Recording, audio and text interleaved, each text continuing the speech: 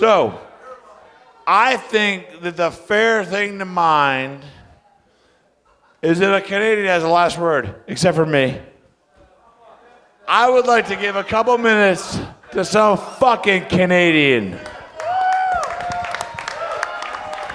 Oh, and a beer for me.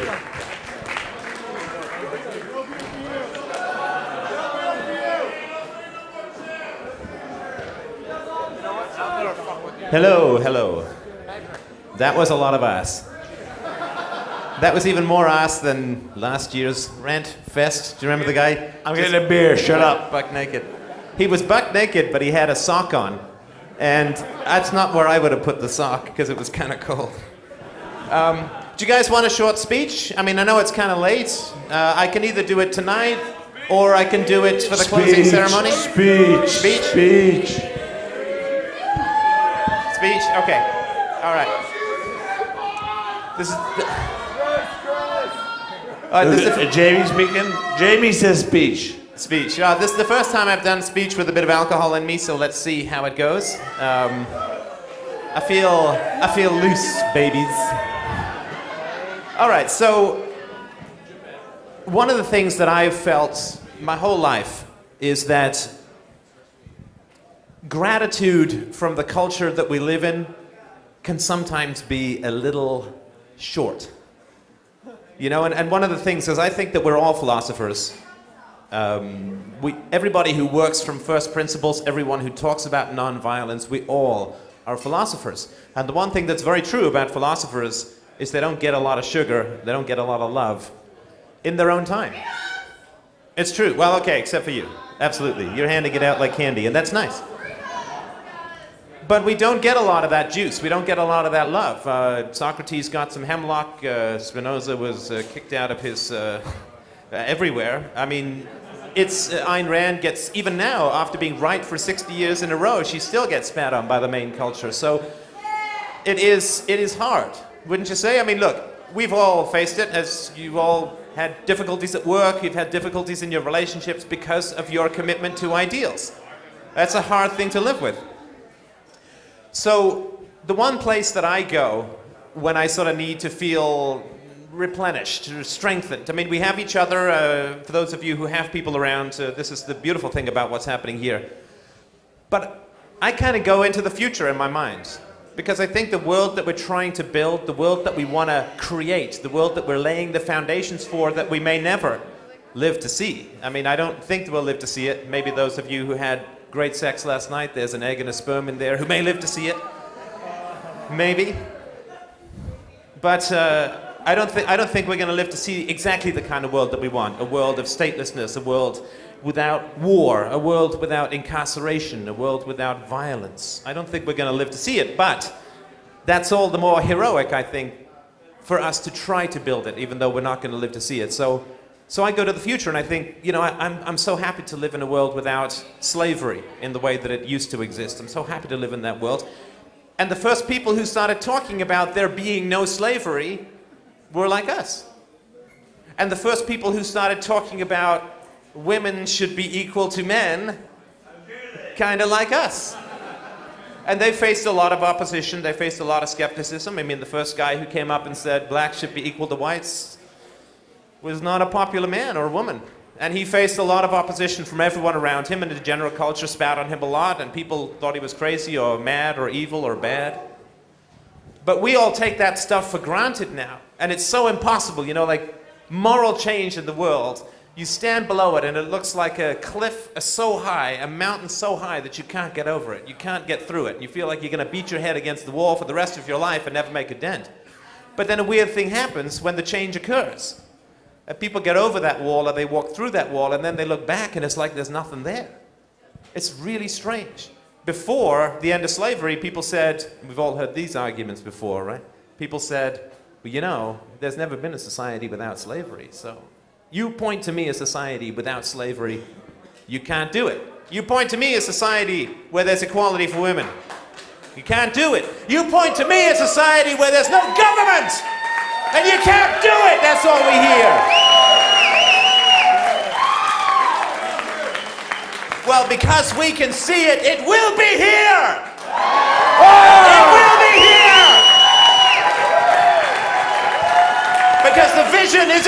amazing. Without the vision, there is no moral growth.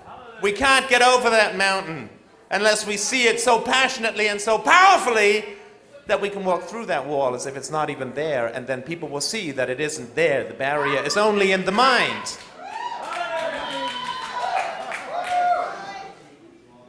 So if you go to the future, which is where I go to, I think of the people 100 years, 150 years from now, and they're going to look back at this gathering. Can you imagine how they're going to look back at this gathering? So those crazy motherfuckers, what the hell were they thinking? I mean, they have a couple of 100 people and a microphone, some drinks. 2 turntables and a microphone. And what are they looking at? They're looking at nuclear weapons and prison systems and aircraft carriers and police and military. What are they thinking? What are they thinking? Those crazy, brave motherfuckers. What are they thinking? How can they imagine taking it on? How could they imagine taking it on? But the imagination is everything. And they're going to look back to us and they're going to say, and this is what you need to hear, and this is what you need to remember coming down from the future. Thank you. Thank me. This is what we need to remember every morning when it gets hard, when we get tired, when we read the newspaper and it's like nothing is fucking changing. We need to remember that rolling down from the future, from the people who will live in the world that we're only beginning to build, they are saying, as we say to everyone who came before us, who built the world that we love to live in, thank you, everybody!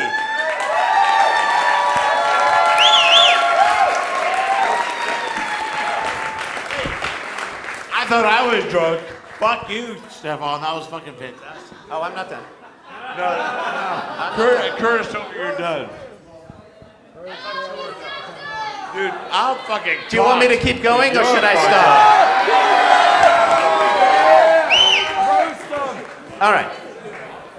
So I'm going to tell you what I think they're going to thank you for, and you need to remember this, because this is what I see. They're going to thank you. The future is going to thank you for your courage. Your courage. It is hard, hard, hard work. Raising the moral standards of mankind is a hard fucking slog. And it takes a lot of courage. It takes a lot of courage because there's a lot of criticism, there's a lot of misunderstanding, there's a lot of fear that we face in those around us. When we shake the foundations of the moral universe that people live in, they freak out. They get frightened. They attack. And it takes a lot of courage. You know, we are all wired for social approval. We all want social approval, because if you didn't have social approval in the Stone Age, you couldn't even survive. As studies have shown, you know, that people who experience social disapproval, it's almost indistinguishable from physical pain within the brain. And that's what I mean by courage. That we have to fight against the natural conformity of our biological natures to go against the tribe, against their immediate short-term interests for the sake of a beautiful world to come. That takes courage, and people are going to say, looking down through the lens of time to this few, we happy fucking few, thank you for your courage, everybody who stands with us. Thank you for building this world that we love. It's really fun. They're going to say, I think, they're going to say, thank you for your love. For your love. Because, you know, there's a cheap kind of love in the world. And the cheap kind of love is like welfare from the government. Oh, there's poor people, let's shovel some money at them. Oh, there's some people we think should be better educated, let's shovel some schools at them. That is cheap love. That is pseudo-love. That is fake love. The real love is to stand for principles of nonviolence, voluntary cooperation, and to love humanity, to know enough that if we set humanity free, the world can be beautiful. The world can be a paradise. The world can be utopia. We don't need the fucking guns to make the world a better place. The guns will make it worse, always.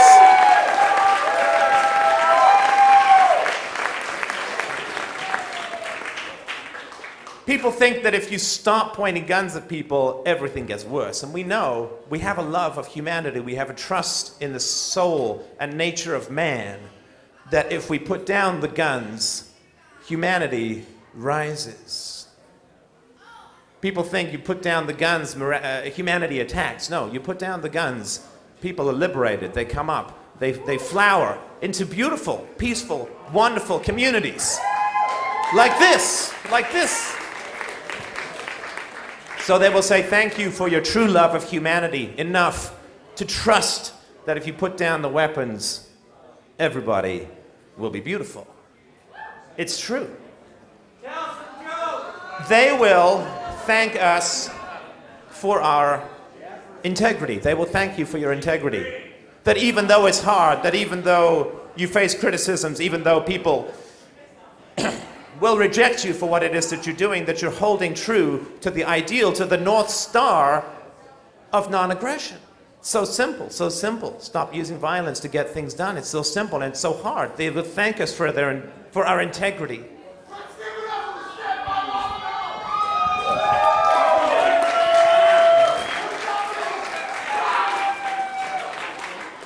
Because what we're doing is brick by brick. So like brick by brick, we're just putting down these bricks. And the bricks are every time we have a conversation, every time we send someone to material that is valuable, every time we stand up to a bully, every time we stand up to an abuser, every time we help somebody who's being ground down, help them rediscover their humanity.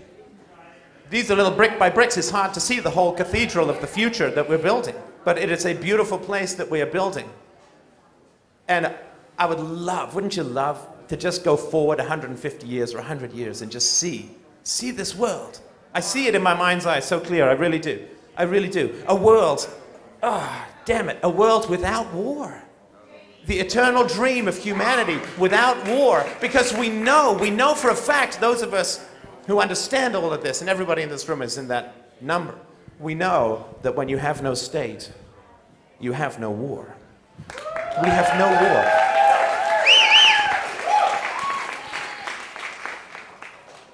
A world without prisons.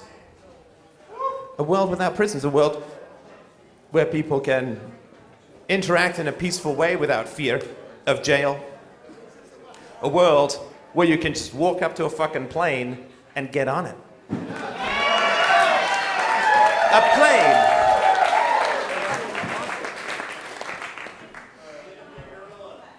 A world where the money in your pocket today is going to be the money in your pocket tomorrow, and not some fucking toilet paper you're embarrassed about. She's... Well, live for your dime, motherfucker. She's back. Oh, it's you. Oh, yeah. Hey, you should be with Uncle Sam.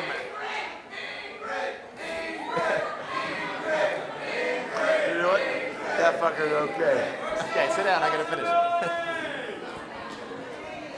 So I just wanted to point that out. This is something that I use because people sort of say to me, well, how can you remain so optimistic? And it's because I don't view the world around me as the standard of value that I'm bringing to the world. Because people, they don't want to be confronted with this stuff. Even as society slides into an ultimate shithole, they still don't want to be reminded of this stuff. It's like everybody would just rather go into that shithole rather than wake up and see the basic reality of the society that they live in. But I go, and I hope that you'll think about doing it too, I go to the future. And I think of everyone that I look back at and admire who's helped to build a world where what we're doing is even possible. This is incredible advancement. What we're doing is even possible. And so think about the people in the future, the people whose peaceful, sunlit, happy, stateless, gunless world, and I mean gunless in terms of the statist guns, the world that we're building for these people, which we won't get to live in, but it's going to be the most beautiful thing that in the world, and it will never ever go back.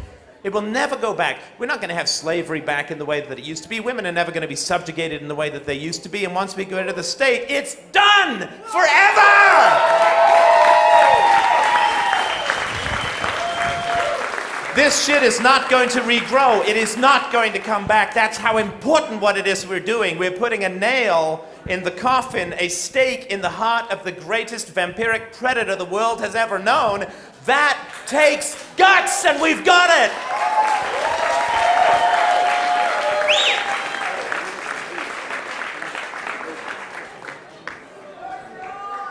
And this fight has been fought for thousands of years. It is not going to be thousands of years to come because we're all together, we all know each other, we can all communicate with each other, the information can go out in a way that has never occurred before. Yeah, it took thousands of years to get here, but it's going to be, it took thousands of years to get here, but it's only dozens more to go. I genuinely believe that. And for those of us who have kids, we know how important it is that we build a world that they can live in without the fears that we all grew up with. There are fears of nuclear war, or the fears of the environmental depredation so funded and driven by the state.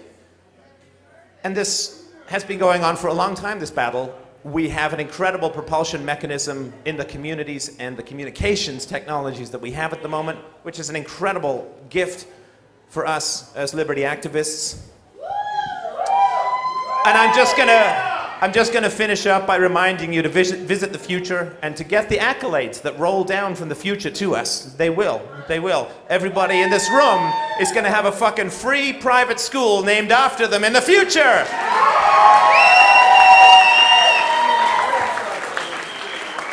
And so I'm going to just end up by saying that, yeah, this battle's been going on for a long time, and it is a battle of good versus evil. There's no doubt about it. And I'm going to close with, I guess, a line from one of my favorite speeches in movies, Morpheus.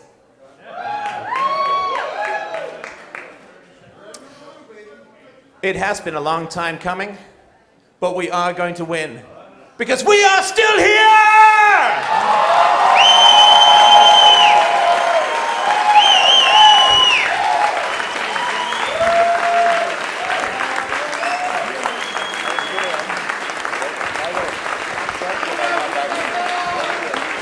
Thank you, everybody. Have a great PorcFest.